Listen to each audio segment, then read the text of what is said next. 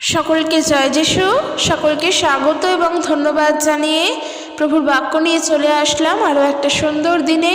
এই সুন্দর সময় প্রভু দিয়েছেন, সেই জন্য ঈশ্বরকে অসংখ্য ধন্যবাদ এবং মহান জীবিত ঈশ্বরকে ধন্যবাদ জানাই। আমাদের কাজের প্রত্যেকটা ক্ষেত্রে তিনি আমাদেরকে সাহায্য করেন, প্রত্যেকটা মুহূর্তে তিনি আমাদের সাথে থাকেন। আমাদের আনন্দ, আমাদের দুঃখ, আমাদের কষ্ট, সমস্ত সময় আমরা প্রভুর উপরে ভরসা করে চলতে পারি, তাই জন্য ঈশ্বরকে ধন্যবাদ।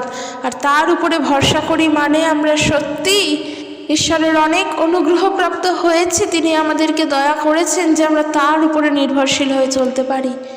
কেননা জীবনে অনেক সময় মানুষের অনেক কিছু ঘটনা ঘটে যায়, এমন কিছু কিছু মুহূর্ত আসে আমরা বুঝতে পারি না সেই সময় আমরা কি করব, সেই সময় আমাদের কি করা উচিত। হয়তো আমাদের দেওয়ালে পিঠ থেকে যায়, কিন্তু প্রভু যিশুকে ধন্যবাদ জানাই, মহান জীবিত ঈশ্বরকে ধন্যবাদ জানাই যে এই জগৎ সৃষ্টির পূর্ব থেকেই তিনি তার সন্তান হওয়ার জন্য আমাদের প্রত্যেককে মনোনীত করে রেখেছিলেন।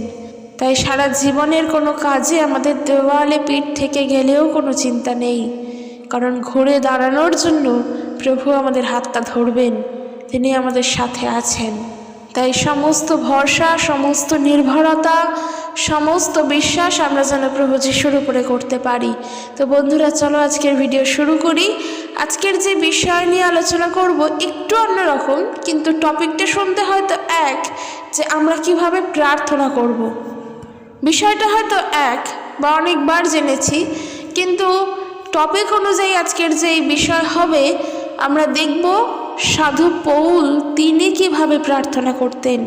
তিনি প্রত্যেক মণ্ডলীর উদ্দেশ্যে যখন তার পত্র লিখছেন, আমরা যদি পড়ি ইফিসীয় মণ্ডলী সেখানেও পাবো, কলসীয় পড়লে পাবো, গালাতীয় পড়লে পাবো।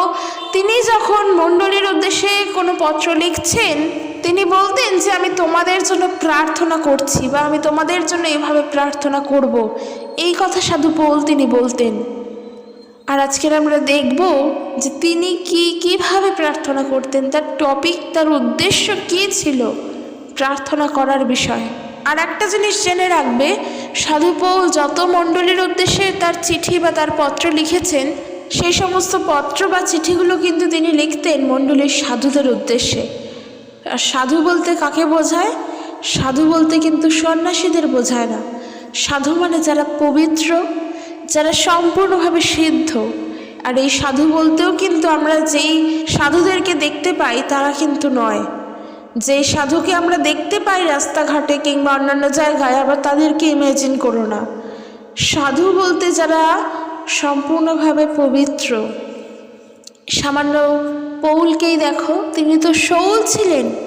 শৌলের পর তিনি খ্রিস্ট যিশুকে জানার পর তিনি সাধু পৌল হলেন। পৌলকে কিন্তু তার আগে আমরা সেন্ট বলি, তাকে সাধু বলি। তিনি কিন্তু পবিত্র ছিলেন, তিনি সিদ্ধ ছিলেন, তিনি সত্য ছিলেন, তিনি জানতেন, তিনি ছিলেন সাধু। তো সেই রকম মানুষদের, সেই সাধুদের উদ্দেশ্যে কিন্তু তিনি পত্র লিখতেন।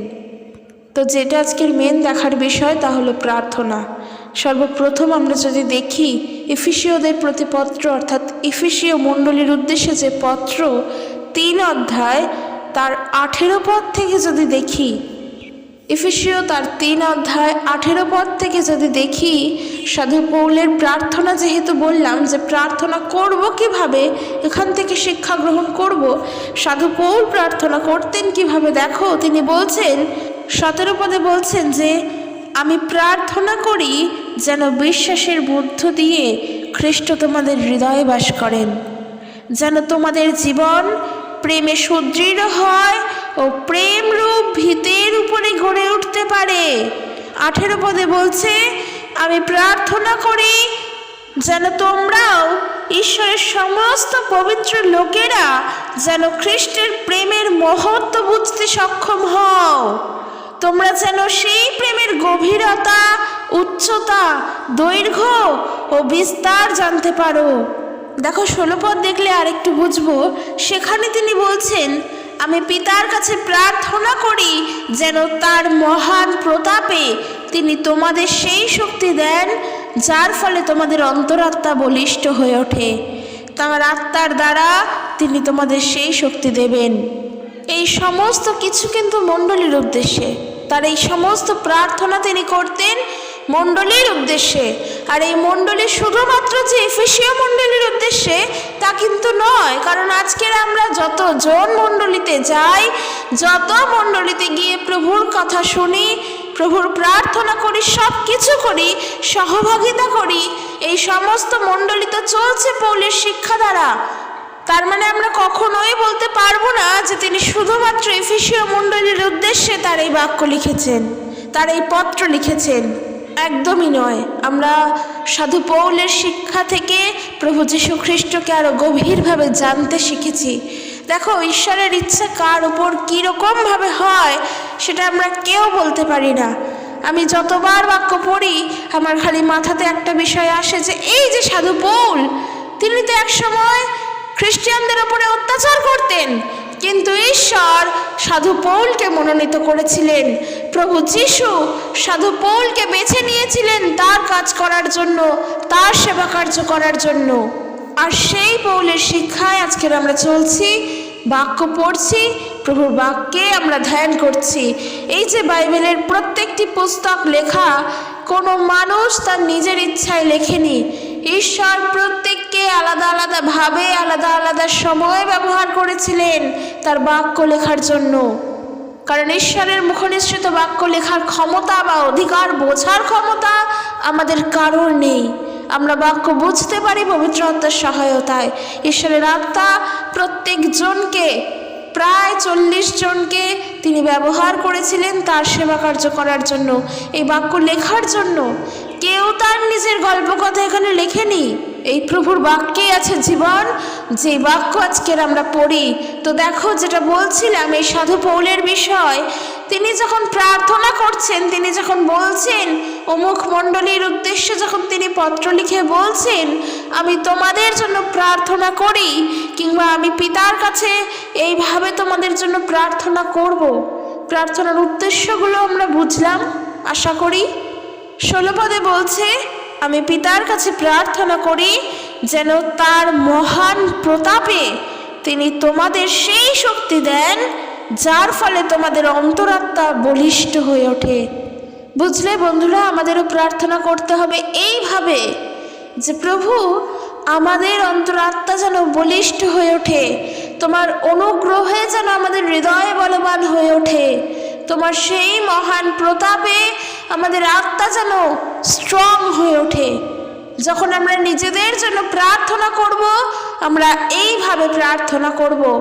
সেই প্রার্থনার মধ্যে যেন আশীর্বাদ থাকে, অবশ্যই এই রকম আশীর্বাদ, যেই আশীর্বাদ কোনোদিনও কেউ আমাদের থেকে ছিনিয়ে নিতে পারবে না। কারণ আমরা যদি অর্থের জন্য চাই, তবে একটা জিনিস জানবে, অর্থ তো মানুষের শেষ জীবনের সঙ্গী হতে পারে না। সারা জীবনে আমরা যা রোজগার করব, যা পারিশ্রমিক পাবো, সেটা একেবারে আমার মৃত্যুশয্যা পর্যন্ত থাকবে না। একদিন না একদিন সেই অর্থ ভাণ্ডার ফোরাবে। কিন্তু আমাদের আত্মা যদি প্রভুর অনুগ্রহে বলিষ্ঠ হয়ে উঠতে পারে, প্রভুর মহা প্রতাপে যদি স্ট্রং হয়ে উঠতে পারে, তাহলে আমরা আমাদের জীবনের শেষ পর্যন্ত প্রভুতে স্থির থাকতে পারবো, যেটা ঈশ্বর আমাদের থেকে চাইছেন। কোনোভাবে আমরা প্রভুর থেকে তখন সরে যাব না। তাই বন্ধুরা, যখন নিজেদের জন্য প্রার্থনা করব, তখন যেন এইভাবে প্রার্থনা করি যে আমার আত্মাকে, আমার অন্তরাত্মাকে তোমার মহান প্রতাপ, তোমার মহান শক্তি দ্বারা বলিষ্ঠ করে তোলো। তোমার আত্মার শক্তি তুমি আমাকে দাও, তোমার আত্মা দ্বারাই আমি যেন চালিত হতে পারি। প্রার্থনা করব এইভাবে। আবার যদি আমরা 17 পদ দেখি, সেখানে তিনি বলছেন, আমি প্রার্থনা করি যেন বিশ্বাসের মধ্য দিয়ে খ্রিস্ট তোমাদের হৃদয়ে বাস করেন, যেন তোমাদের জীবন প্রেমে সুদৃঢ় হয় এবং প্রেমরূপ ভিতের উপরে গড়ে উঠতে পারে।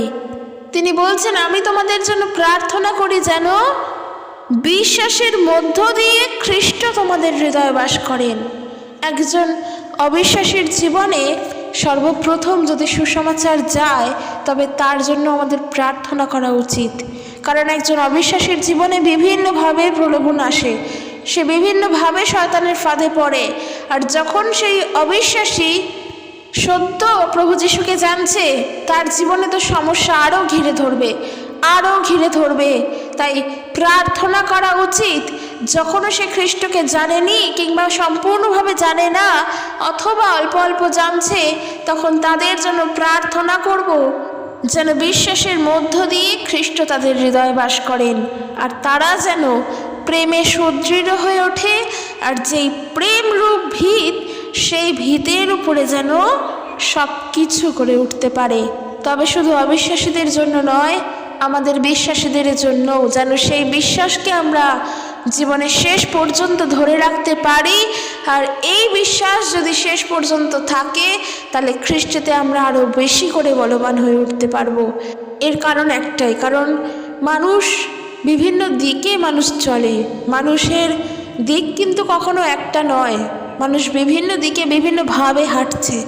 আজকের আমরা প্রভু যিশুকে জানি, কিন্তু আমরা যদি আমাদের বিশ্বাসে স্থির থাকতে নাই পারি, তাহলে তো আমরাও আজকের আবারও ভ্রান্ত পথচারী হয়ে যাব, আবারও তো বিভিন্ন দিকে হাঁটব। তাই বিশ্বাসে স্থির থাকা এবং বিশ্বাসের মধ্য দিয়ে খ্রিস্টকে আমাদের নিজেদের অন্তরাত্মায় আহ্বান জানানো খুবই প্রয়োজন। যদি আমাদের হৃদয়ে প্রভু থাকেন, তিনি আমাদেরকে সঠিকটা বলে দেবেন। আর সেই জন্য আমাদেরকে কি করতে হবে? বিশ্বাসে স্থির থাকতে হবে। এই হলো প্রার্থনার বিষয়। সাধু পৌল তিনি বলছেন, আমি পিতার কাছে প্রার্থনা করব। তিনি বলছেন, আমি পিতার কাছে প্রার্থনা করি। যেহেতু সেই সময় তিনি সশরীরে ছিলেন, তিনি পত্র লিখছেন, আর তিনি এইটাই বলছেন যে আমি এইভাবেই প্রার্থনা করি। তাই আমাদেরও উচিত সাধু পৌলের মতন করে প্রার্থনা করা। আমরা শিখলাম যে সাধু পৌল কীভাবে প্রার্থনা করতেন, আমরা আরও শিখব। অনেক বিষয় এখনও আছে। 18 পদেই তো বলছে যে আমি প্রার্থনা করি যেন তোমরাও ঈশ্বরের সমস্ত পবিত্র লোকেরা যেন খ্রিস্টের মহত্ব বুঝতে সক্ষম হও। তিনি কিন্তু জগতের মানুষকে বলেনি খ্রিস্টের মহত্ব বোঝার জন্য, তিনি বলছেন তোমরাও, অর্থাৎ ঈশ্বরের পবিত্র লোকেরা, তোমরাও যেন খ্রিস্টের সমস্ত প্রেমের মহত্বকে বুঝতে সক্ষম হও। এখানে একটা বিষয় বলি, ঈশ্বরের পবিত্র লোক হয়ে ওঠার জন্য ঈশ্বর যেমনটা আমাদের থেকে চান তেমনভাবে জীবনে চলতে হবে। যদি আমরা দেখি ইফিসীয় তার 4 অধ্যায় 1 পদ থেকে, সেখানে সাধু পৌল তিনি এরম বলছেন যে ঈশ্বর তোমাদের মনোনীত করেছেন যেন তোমরা তার লোক হতে পারো। আমি তোমাদের সেই রকম জীবনযাপন করতে অনুরোধ করি যেভাবে ঈশ্বরের লোকেদের জীবনযাপন করা উচিত সেইভাবে। প্রশ্ন হলো কিভাবে? 2 পদে বলছে তোমরা সর্বদাই নত নম্র থাকো, সহিষ্ণু হও, ভালোবেসে একে অপরকে গ্রহণ করো, কারণ পবিত্র আত্মা তোমাদেরকে যুক্ত করেছিলেন। সেই একতা রক্ষা করার জন্য সর্বোত্তম চেষ্টা করো। ভালোবেসে, সহিষ্ণুতায়, শান্তভাবে, প্রেমে যেন গড়ে উঠতে পারি, কারণ ঈশ্বর তার পবিত্র লোক হওয়ার জন্য তিনি আমাদেরকে এই রকমভাবেই জীবনযাপন করতে বলেছেন। কিন্তু এই যে এই জিনিসগুলো আজকের যদি জগতের দিকে তাকিয়ে দেখি, তারা বলে তারা ঈশ্বরের লোক, তারা বলে তারা ঈশ্বরের পবিত্রতায় চলছে, তারা বলছে তারা ধার্মিকতায় চলছে, তাহলে তাদের জীবনে গিয়ে কি আমরা দেখতে পাই যে তাদের মধ্যে শান্তি আছে, প্রেম আছে, সহিষ্ণু বোধ আছে? আমি তো বলবো না। কারণ তারা যদি কোনো একটা টপিক, কোনো একটা বিষয়ের ওপরে পায়, তারা সেই টপিককে নিয়ে, সেই জিনিসকে নিয়ে এমনভাবে একে অপরের সঙ্গে আলোচনায় বসে যেন সেই মানুষটি সম্পূর্ণভাবে ভুল করছে। যদি তারা কোনো মানুষের সম্পর্কে ভুল খুঁজে পায়, জগতের মানুষ সেই মানুষটির ভুলকে ধরিয়ে দেয়, সংশোধন করার জন্য সেই পথ দেখিয়ে দেয় না, সমাজে তাকে একঘরে করে দেয়। কিন্তু খ্রিস্টেতে থেকে ঈশ্বরের পবিত্র হয়ে ওঠার জন্য আমাদেরকে একে অপরকে গেঁথে তুলতে হবে, কারণ ঈশ্বরের বাক্য বলছে প্রেম গাঁথিয়া তোলে আর জ্ঞান মানুষকে গর্বিত করে। কিন্তু জগৎবাসী আজকে জ্ঞানে চলছে, ও বলছে তার থেকে বেশি জানি, আমি বলছি আমার থেকে ও কম জানে, ওদের সবার থেকে আমি বেশি জানি, এই রকমভাবে এখন চলছে। কিন্তু ঈশ্বরের পবিত্র লোক হওয়ার জন্য এইগুলো কখনোর জন্য সাজে না, কারণ এইগুলো যদি কোনোটা আমাদের মধ্যে থাকে, ঈশ্বরের পবিত্রতায় আমরা চলতে পারবো না। আমি আজকের জানি না, আমি জানতে নাই পারি, কারণ আমার ক্ষেত্রে সব কিছু জানা কোনো দিনের জন্য সম্ভব নয়। আমি জানি না, তাহলে আমার কাজ কি? আমি শিখব। তুমি জানো না, তাই আমি তোমাকে শেখাবো। আমি কিচ্ছু পারি না, আমাকে তুমি শেখাবে।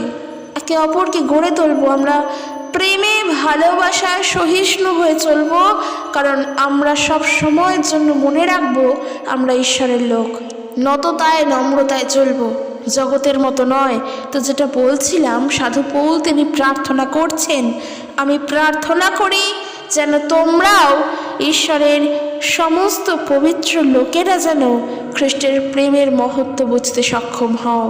কারণ জগতের মানুষের কাছে গিয়ে খ্রিস্টের প্রেমের কথা বললে তারা বুঝবে না, কিন্তু আমরা তো প্রভুরতেই চলছি, তাই প্রভুর প্রেমকে বুঝতে হবে যে তিনি কতই না প্রেম করলেন আমাদেরকে, যার জন্য তিনি আমাদেরই জন্য তার নিজের পবিত্র রক্তকে ঝরালেন। এই প্রেমের মাহাত্ম্য বোঝার অর্থ হয়তো একজন খ্রিস্ট বিশ্বাসী হিসেবে এখনও আমাদের হয়নি, সত্যিই হয়নি, এক বাক্যে স্বীকার করতে পারি। কারণ যখন আমাদের সামান্য বটিতে কেটে যায়, দেখবে সারাদিন কাজের ফাঁকে যে কতবার ওই দিকেই চোখ যাচ্ছে তার কোনো ঠিক ঠিকানা থাকে না। যতক্ষণ হয়তো কাজ করি ধ্যান থাকে না তার দিকে, কিন্তু যখনই কিছু সমস্যা হয় 1000 বার সেই দিকে তাকাই। আর সেই জায়গায় প্রভু যীশু খ্রিস্ট তিনি আমাদের জন্য তিনি নিজের রক্ত ঝরালেন। তাহলে তার সেই প্রেম, তার মহত্ব বোঝার অভিজ্ঞতা হয়তো এখনও আমাদের কারোরই হয়নি। তাই বলছেন এখানে, তিনি বলছেন যে আমি প্রার্থনা করি যেন সেই মহত্বকে আমরা বুঝতে পারি। বলছে প্রার্থনা করি তোমরা যেন সেই প্রেমের গভীরতাকে, উচ্চতাকে, দৈর্ঘ্যকে এবং বিস্তারকে জানতে পারো। কারণ খ্রিস্টের প্রেম এত মহান যে সেটা কোনো মানুষের পক্ষে জানা সম্ভব নয়। সত্যি বন্ধুরা, আমরা যখন নিজেদের জন্য প্রার্থনা করি, এই বাক্যের উপরে নির্ভরশীল হয়ে যেন প্রার্থনা করতে পারি যে প্রভু সেই মহত্ব, প্রভু সেই প্রেমকে যেন বুঝতে পারি। কারণ খ্রিস্টের প্রেমকে যদি বুঝতে পারি, তাহলে আমরা ঈশ্বরের পবিত্র হয়ে উঠতে এমনিই পারবো। কারণ তিনি তো নতনম্র ছিলেন। ঈশ্বরের পবিত্র হয়ে ওঠার জন্য আমাদেরকেও নতনম্রভাবে জীবনযাপন করতে হবে। প্রভু যীশু তিনি তো ক্ষমাশীল ছিলেন। আমরাও আমাদের জীবনে একে অপরকে ক্ষমা করে জীবনে এগিয়ে চলতে পারবো। প্রভু যীশু তিনি তো নীরব থাকতেন সর্বমুহূর্তে, সর্বসময়, সকল পরিস্থিতিতে। আমরাও নীরব থাকতে পারবো যদি খ্রিস্টের প্রেমকে বুঝি। তাই বন্ধুরা, আমরা যখন প্রার্থনা করব যেন আমরা কপটীদের মতো, যেন ভণ্ডদের মতো প্রার্থনা না করি যে প্রভু আমার অর্থ দরকার, অর্থ দাও, আমার জীবনে শান্তি দরকার, শান্তি দাও। না, সর্বপ্রথম যদি কিছু বিষয়ের জন্য প্রার্থনা করতে হয়, তাহলে এই বিষয়ের জন্য প্রার্থনা করো যে প্রভু যীশু, তোমাকে আমি নতুন জেনেছি, আমি এখনও জানি না তুমি কি, তোমাকে বুঝতে আমাকে সাহায্য করো। আমার এই অন্তরাত্মাকে সাহায্য করো, বলবান করো, তৈরি করো যেন তোমার প্রেমকে বুঝতে পারি, তোমার মাহাত্ম্যকে বুঝতে পারি। এইভাবে প্রার্থনা করো যে ঈশ্বর আমাকে পবিত্রতায় আহ্বান করেছেন, তাই আমি যেন পবিত্রতায় চলতে পারি, আমি যেন সম্পূর্ণভাবে পবিত্র হয়ে চলতে পারি। কারণ প্রভু যিশুর কাছে আমরা আসি আমাদের বেদনা ভরা জীবন নিয়ে। সেই বেদনা হয়তো কান্নার বেদনা নয়, কিন্তু সেই বেদনা হলো পাপের বেদনা। সম্পূর্ণভাবে আমরা পাপময় জীবন নিয়ে খ্রিস্টের কাছে আসি। আমরা যখন সুসমাচার শুনতে পাই, তখন আমাদের জীবন থাকে সম্পূর্ণভাবে পাপে ভরা। কিন্তু যদি সুসমাচার শুনে বিশ্বাস যদি নাই করি, পাপময় জীবনের ক্ষমা আমাদের পাবো না আমরা। তাই জন্য একজন পাপী হিসেবে আমরা প্রার্থনা করব যে প্রভু গো, তোমার মাহাত্ম্যকে বুঝতে সাহায্য করো, তোমার প্রেমকে বুঝতে সাহায্য করো। আর যদি তোমার প্রেমকে বুঝতে পারি, আমি জানবো আমি অনুতপ্ত হতেও শিখেছি। তাই সর্বপ্রথম আমার অন্তরাত্মাকে বলিষ্ঠ করে তোলো, তোমার প্রেমকে বুঝবো, আমি অনুতপ্ত হৃদয় তোমার কাছে প্রার্থনা করব, আমি জানি তুমি আমার পাপকে ক্ষমা করবে।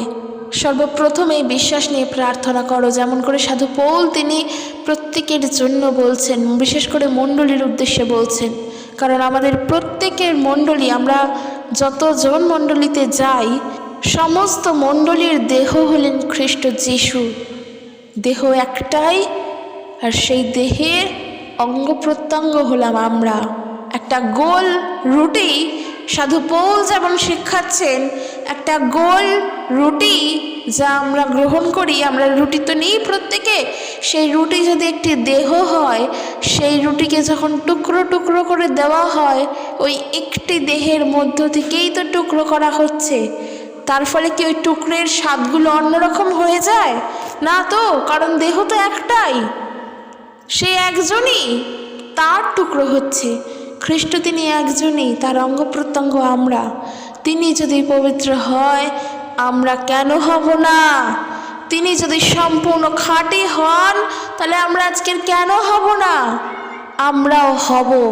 তিনি খাঁটি বলে আমরা খাঁটি হব। যেমন শাস্ত্র বলছে, আমি পবিত্র তাই তোমরাও পবিত্র হও। তাই জন্য বন্ধুরা প্রার্থনা করো যে প্রভু যিশু, তোমাকে আমি জেনেছি, তুমি আমাকে পবিত্র করে তুলতে সাহায্য করো, কারণ আমি নিজের থেকে কোনো দিনের জন্য পবিত্র হতে পারতাম না। আমার নিজের পাপের ক্ষমা কখনো আমি নিজের থেকে পারবো না, কিংবা আমি এমনও কোনো মহৎ মহৎ কার্য কোনো জীবনেও করিনি যে যার জন্য আমি আমার পাপের ক্ষমা পাবো। তোমার অনুগ্রহ, তোমার দয়ায় যদি না থাকে, কোনো দিনের জন্য আমরা কিচ্ছু করতে পারবো না। আর সত্যি বন্ধুরা, ঈশ্বরের বাক্য বলছে আমাদের এই পরিত্রাণ আমরা পেয়েছি প্রভু যিশুকে বিশ্বাস করে, অনুগ্রহে, তাই যেন কোনো কিছু নিয়ে গর্ব না করি। সত্যি প্রার্থনা করি যে গর্ব করার মতন আমাদের কিচ্ছুই নেই। আজকের পরিত্রাণ পেয়েছি, তার কারণ কি? প্রভু যীশু খ্রিস্ট পৃথিবীতে এসেছিলেন। আমরা উদ্ধার প্রাপ্ত হয়েছি, তার কারণ কি? প্রভু যীশু খ্রিস্ট পৃথিবীতে এসেছিলেন। আমরা অনুগ্রহ পেয়েছি, তার কারণ ঈশ্বর আমাদেরকে বেছে রেখেছিলেন। আমরা আজকের ঈশ্বরের মনোনীত হয়েছি, তার কারণ জগৎ সৃষ্টির পূর্বেই তিনি আমাদের মনোনীত করে রেখেছিলেন। আজকের প্রভুর বাক্য পড়ছি, তার কারণ তিনি পড়তে সাহায্য করছেন। তার বাক্যকে বুঝতে পারছি, তার কারণ পবিত্র আত্মা সাহায্য করছেন। আমরা বেড়ে উঠছি, তার কারণ প্রভু বৃদ্ধি দান করছেন। তাহলে আমাদের গর্ব করার মতন কি আছে এখানে? সমস্তটাই তো ঈশ্বর করছেন, সমস্তটাই তো প্রভু যীশু করছেন। তাই আমাদের গর্ব করার মতো কোনো জিনিস নেই। প্রার্থনা করি যেন কোনো বিষয় নিয়ে গর্ব না করি। আর আরও একটা বিষয়, আমরা প্রভুর কাছে এই বলবো যে প্রভু, তুমি যদি এই জীবনটাই না দিতে, তাহলে আর আমরা কী নিয়ে থাকতাম? তাহলে আর আমরা কী কারণে কী বা হতাম? আমি কোথায় থাকতাম? তাহলে তুমি যদি এই জীবনটাই না দিতে, সৃষ্টি তো তুমিই করেছো, তাহলে আর গর্ব করার কোনো বিষয় এখানে আসেই না। প্রভুতে যেন নত নম্র হয়ে চলতে পারি। আমি আজকের পরিত্রাণ প্রাপ্ত বলে যেন গর্ব না করি। প্রার্থনা করব যে প্রভু, তুমি আমাকে নত নম্রতায় চলতে সাহায্য করো। এরপর যদি দেখি এফেসীয়দের প্রতি পত্র, তার 1 অধ্যায় 18 পদ, সেখানে সাধু পৌলের প্রার্থনা দেখো। আমি প্রার্থনা করছি যেন তোমরা আপন আপন হৃদয়ে ঐশ্বরিক জ্ঞান লাভ করতে পারো, তাহলে ভবিষ্যতে কী প্রত্যাশার জন্য ঈশ্বর তোমাদের আহ্বান করেছেন তা তোমরা জানতে পারবে। প্রার্থনা করে এইভাবে যে ঐশ্বরিক জ্ঞান আমাদের হৃদয়ে যেন থাকে, কারণ আমরা কি কারণের জন্য এসেছি, আমাদের জীবনের জন্য ঈশ্বরের কি ইচ্ছা, আমরা কিভাবে প্রভুর নামকে এগিয়ে নিয়ে চলবো, কিভাবে প্রভুর কাজকে আমরা সবার কাছে, সকল মানুষের কাছে ব্যবহার করব, বলবো, সেসব কিছু ঈশ্বর আমাদেরকে সাহায্য করবেন।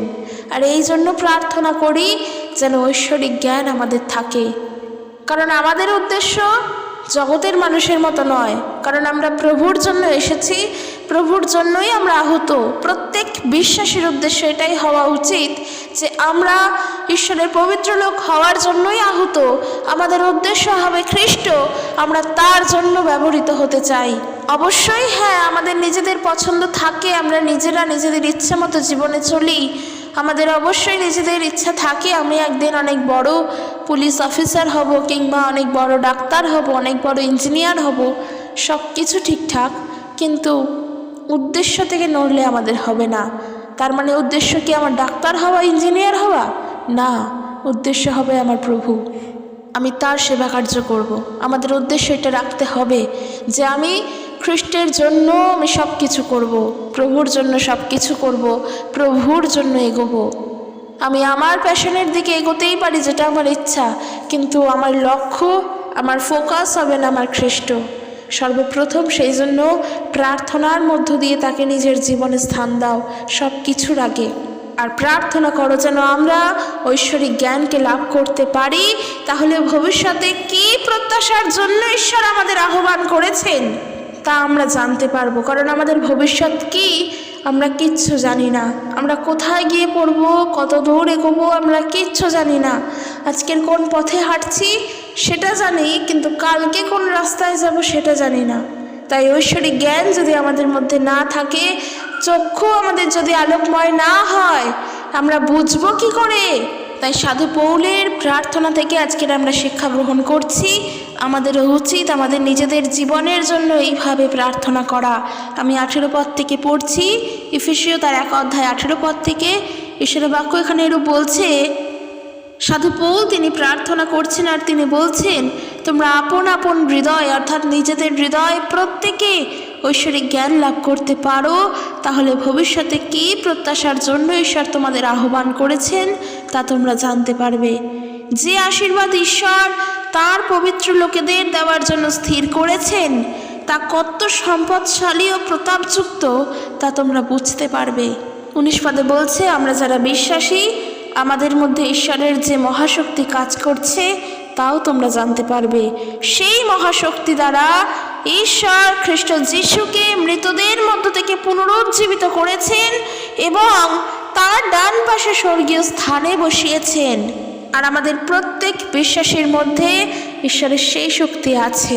আর সেই শক্তি যদি অর্জন করতেই হয় তার জন্য কি প্রয়োজন? প্রার্থনা করা। কারণ ওই যে খ্রিস্টের সঙ্গে আমরা কথা বলি প্রার্থনার মধ্য দিয়ে, ঈশ্বরের সঙ্গে আমরা যুক্ত হয়েছি প্রার্থনার মধ্য দিয়ে। কারণ ঈশ্বরের সঙ্গে আমরা সম্পর্ক থেকে বিচ্ছিন্ন ছিলাম, পুনরায় আমরা খ্রিস্টকে বিশ্বাস করে আবারও ঈশ্বরের সঙ্গে যুক্ত হতে পেরেছি। আমাদের সমস্ত কিছুর জন্য আমরা প্রভুর উপরে নির্ভরশীল হতে আবারও পেরেছি। তার জন্য আমরা প্রার্থনা করি। তাই প্রার্থনা ছাড়া জীবন আমাদের অসম্পূর্ণ। নিজের সুখ শান্তি অর্থ সম্পদ একজন মানুষের জীবনে বেঁচে থাকার জন্য যথেষ্ট নয়। বিশেষ করে একজন খ্রিস্ট বিশ্বাসী তখন আমাদের জানতে হবে ঈশ্বর আমাদের জন্য কি চান। আর ঈশ্বর আমাদের জন্য কি চান এই বিষয়টা জানার জন্য কি করতে হবে? প্রার্থনা করতে হবে। এরপর দেখো, আমরা যদি ফিলিপিওদের প্রতি পত্র অর্থাৎ ফিলিপিও তার 1 অধ্যায় 9 পদ থেকে দেখি, সেখানেও সাধু পৌল তিনি কীরকম প্রার্থনার কথা তিনি লিখছেন। তিনি বলছেন, তোমাদের জন্য আমার প্রার্থনা এই, যেন তোমাদের ভালোবাসা উত্তরোত্তর বৃদ্ধি পায় এবং সেই ভালোবাসার সঙ্গে জ্ঞান ও বিচার বুদ্ধি লাভ করো। অর্থাৎ ঈশ্বর আমাদেরকে পবিত্রভাবে জীবনযাপন করতে বলেছেন, প্রেমে চলতে বলেছেন। সাধু পৌল বলছেন, আমি তোমাদের জন্য প্রার্থনা করছি যেন দিন দিন তোমাদের ভালোবাসা বৃদ্ধি পায়, উত্তর যেন ভালোবাসা বৃদ্ধি পায়, সেই ভালোবাসার সঙ্গে যেন জ্ঞান এবং বিচার বুদ্ধি লাভ করতে পারি। তাহলে সেই ভালোবাসা কোথায় পাবো? খ্রিস্টের কাছে। জ্ঞান কোথায় পাবো? প্রভু যিশুর কাছে। কারণ ঈশ্বরের বাক্য বলছে, কারোর যদি জ্ঞানের অভাব হয় তবে সে প্রার্থনা করুক। বিচার বুদ্ধি কোথায় পাবো? খ্রিস্টের কাছে। তবে এই জ্ঞান কিন্তু কখনোই জগতের জ্ঞান নয়, এই বিচারবোধ কিন্তু জগতের নয়, প্রভুতে গড়ে ওঠার জন্য। তিনি বলছেন, তোমরা যেন ভালো মন্দের মধ্যে পার্থক্য বুঝতে পারো, আর যা ভালো তা তোমরা বেছে নাও। এইভাবে চলো যেন যীশু খ্রিস্টের আগমনের দিন পর্যন্ত তোমরা শুদ্ধ ও নির্দোষ থাকো। একটা জিনিস জানবে, প্রভু বলছেন এই কাল মন্দ, অর্থাৎ এই কালে বহু ভক্ত ভাববাদীগণ উঠেছেন যারা কিনা পিতা পুত্র পবিত্র আত্মা এনারা তিনজনেই যে একজন তা বিশ্বাস করে না। আমরা ট্রিনিটি জানি, পিতা পুত্র এবং পবিত্র আত্মা। পিতা পুত্র পবিত্র আত্মা তিনজনেই একজন। কারণ আমরা ঈশ্বরের বাক্য থেকে পড়েছি, প্রভু এক, দেহ এক এবং আত্মা এক, আর সর্বশেষ ঈশ্বর একজনই, কোনো আলাদা আলাদা কিছু নেই। 1+1=1। যে প্রভু যিশু একজন, পবিত্র আত্মা একজন, আর পিতা একজন এবং তিনজনে তিনজন তা কিন্তু নয়, তিনজনেই একজন। আর অনেক ভক্ত যারা আছেন তারা এদের তিনজনকে অস্বীকার করছে, তিনজনের মধ্যে একজনকে অস্বীকার করছে, তারা ভণ্ডভাবে চলছে। আর দেখো, সাধু পৌল এই বিষয়েই আমাদের জন্য প্রার্থনা করছেন যেন ভালো মন্দের পার্থক্যকে বুঝতে পারি, মন্দ কোনটা, ঠিক কোনটা, ভণ্ড কোনটা, সঠিক কোনটা যেন বুঝতে পারি, এবং প্রেমে, বিচারবোধে, জ্ঞানে যেন বৃদ্ধি পেতে পারি। তাই প্রভু যিশুতে চলার জন্য সর্বপ্রথম আমাদেরকে ঐশ্বরিক জ্ঞানে বৃদ্ধি পেতে হবে। খ্রিস্ট যিশুতে চলার জন্য আমাদেরকে জ্ঞানে বৃদ্ধি পেতে হবে, জগতের জ্ঞানে নয়। সেই কারণেই আজকের আমার বিষয়টি ছিল যে আমরা প্রার্থনা করব কি করে। আমরা অনেক বিষয় নিয়ে অনেকে প্রার্থনা করি, কিন্তু হয়তো এই ভাবনাগুলোর উপরে ভেবে প্রার্থনা করি না। তাই এই ভাবনাগুলোর উপরে ভেবে প্রার্থনা করার জন্য কি করতে হবে? ঈশ্বরের বাক্যকে ধ্যান দিতে হবে, বাইবেল পড়তে হবে, সঠিক কি বলতে চাইছে বাক্য আমাদের থেকে শিখতে হবে। প্রার্থনা করব কি করে বলে চিৎকার করতে থাকি, সমাজে মানুষের কাছে বলে বেড়াই কিভাবে ঈশ্বরের কাছে প্রার্থনা করব। হয়তো আমরা প্রার্থনা সবাই গিয়ে বারবার বলি, বুঝে উঠতে পারি না কিভাবে প্রার্থনা করব। হ্যাঁ, যদি একজন নতুন বিশ্বাসী হই, অবশ্যই আমাদের আসে এই ভাবনা, কারণ আমি নিজে যখন নতুন বিশ্বাসী ছিলাম, প্রভু যিশুকে সদ্য জেনেছি, আমাকে বারবার বলতো প্রার্থনা করতে, কিন্তু আমি আমার মায়ের কাছে জিজ্ঞেস করতাম যে কিভাবে প্রার্থনা করতে হয়, প্রার্থনা করার কি কোনো প্রসেস আছে, কোনো নিয়ম কি আছে? কারণ দেখো, আবারও বলি, আমাদের ব্যাকগ্রাউন্ডটা আলাদা। আমরা পৌত্তলিক থেকে এসেছি, আমরা একসময় মূর্তি পূজা করতাম, আমাদের ব্যাকগ্রাউন্ড আলাদা, একরকম ছিল। তো সেই জায়গায় আমরা যে খুব ভক্তি সহকারে যে সব কিছু করতাম, এমনটা আমরা সবাই নই।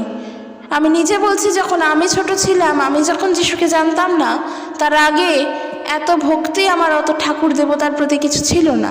জাস্ট করতে হয়, একজন ছোট বাচ্চা যেমন সব কিছুর জন্য তার বাবা মায়ের উপরে নির্ভরশীল হয় এবং তার আগেও তার ঈশ্বরের উপরে নির্ভরশীল হয়, তখন ঈশ্বরকে জানতাম না, তো তখন তাদের উপরে ভরসা করতাম, ব্যাস এতটুকুনি।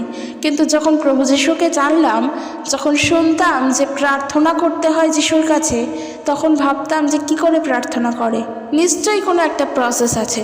তবে সেই প্রসেসটা কি, সেটাই আমি জানতে চাইতাম।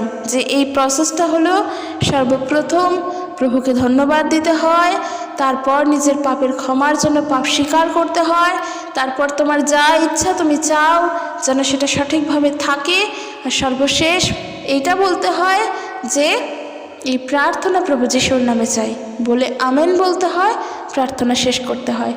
এই প্রসেসটা জানতাম না, এই ধাপগুলো জানতাম না। কিন্তু প্রার্থনা করা মানে তো নিয়ম পালন করা নয়, নিজের মনের কথা প্রভুকে জানানো। আর সেই জায়গায় দাঁড়িয়ে যখন দিন দিন বড় হচ্ছি, তখন প্রভুতে বৃদ্ধি পেতে চাইছি, তো সেই সময় প্রার্থনা তো উল্টে যাবেই। যখন শিশু ছিলাম তখন প্রার্থনা ছিল একরকম, তখন বাক্য প্রচার একরকমের শুনতে ভালো লাগতো, কিন্তু এখন যত বড় হচ্ছি তখন আমাদের প্রার্থনা বাক্য প্রচারও বদলাবে, কারণ আমরা শিশু থাকবো না, আমরা ধীরে ধীরে বৃদ্ধি পাবো, বড় হব, প্রভুতে বড় হব। আজকের আমার 50 বছরের জীবন বলে প্রভুতে আমি কি বৃদ্ধি পাবো বলে ভাবতে থাকি, বোকার মতো ভাবনা। কারণ যখন সদ্য যিশুকে জেনেছি তখন আমরা শিশু, যখন বাক্য পড়তে শিখব, প্রার্থনা করতে শিখব, ধীরে ধীরে বৃদ্ধি পাবো। আর এই বৃদ্ধিদান অবশ্যই ঈশ্বর করবেন, কিন্তু নিজের মধ্যে সেই একটা চাহিদা, সেই আকাঙ্ক্ষা আমাদের রাখতেই হবে যে আমি প্রভুতে বৃদ্ধি পেতে চাই। তার জন্য কি করব? বাক্যের প্রতি ধ্যান দেব, প্রার্থনা করব। সর্বপ্রথম যে বিষয় তা হলো প্রার্থনা করব, কারণ এই যে এফেসীয় মণ্ডলীর উদ্দেশ্যে সাধু পৌল তিনি লিখছেন তার 1 অধ্যায় 18 পদে যে প্রার্থনা করছি যেন তোমরা আপন আপন হৃদয়ে ঐশ্বরিক জ্ঞান লাভ করতে পারো। তাহলে ভবিষ্যতের জন্য কি প্রত্যাশা ঈশ্বর আমাদের করেছেন বা আমাদের কেন আহ্বান করেছেন তা আমরা বুঝতে পারবো। তাই যদি প্রার্থনা শিখতেই হয়, তুমি নতুন বিশ্বাসী হও, চাই পুরাতন বিশ্বাসী হও, যেও হও না কেন, বাক্য পড়া শুরু করো, বাক্যের প্রতি ধ্যান দেওয়া শুরু করো। বাইবেল না পড়লে কিচ্ছু শিখতে পারবো না। রোজকার জীবনে আমাদের ডেইলি লাইফে একটা নিউজ পেপার পড়া যেমন অভ্যেস, বাইবেল পড়াও আমাদের অভ্যেসে তৈরি করতে হবে। তো আশা করি নিজের জন্য যখন প্রার্থনা করব, আজকের এই বাক্যগুলোকে মাথায় রেখে প্রার্থনা করব। তো বন্ধুরা, চলো আজকের ভিডিও এখানে শেষ করছি। আর যে বিষয় আমি জানাবো বলেছিলাম সুন্নত, সেই বিষয় অবশ্যই আমি পোস্ট করে দেব ইউটিউবে, তোমরা দেখে নেবে। আর অবশ্যই আজকের এই ভিডিও সবার কাছে শেয়ার করো, কারণ এখনকার যুগে আমরা প্রার্থনা করি নিজেদের অর্থ সম্পদ দিক থেকে বৃদ্ধি পাওয়ার জন্য, সুস্থতায় বৃদ্ধি পাওয়ার জন্য, নিজের মণ্ডলী যেন ফুলে ফেঁপে ওঠে সেই জন্য, কিন্তু প্রার্থনা করি না যে আত্মিকভাবে বৃদ্ধি পাওয়ার জন্য। তাই সবার কাছে প্রভুর বাক্যকে পৌঁছে দেওয়া আমাদের কর্তব্য। সবার কাছে তোমরা প্রভুর বাক্যকে শেয়ার করো। দেখা হবে নেক্সট একটি ভিডিওতে। সকলে সুস্থভাবে থাকো। ঈশ্বর তার আপন বাক্যে প্রত্যেককে আশীর্বাদ যুক্ত করুক। জয় যিশু। Praise the Lord.